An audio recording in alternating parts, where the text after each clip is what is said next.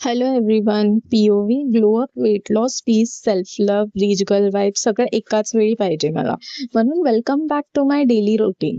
Random गोष्टी करून productive वाटून घेणारी मी मुलगी.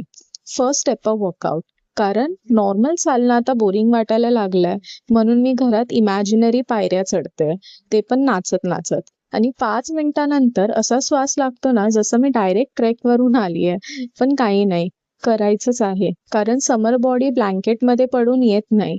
वर्कआउट करता करता मी स्वतःला मोटिवेशन पण देते.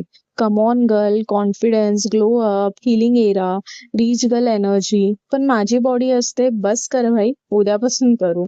पण ऑनेस्टली हे छोटे छोटे एफर्ट्स केल्यावर प्रोडक्टिव्ह वाटतं मला. लाईक लाईफ अजून फुल्ली सॉर्टेड नसली तरी मी ॲटलिस्ट माझ्यासाठी एफर्ट्स घेते. आणि मग येतो फेस योगा.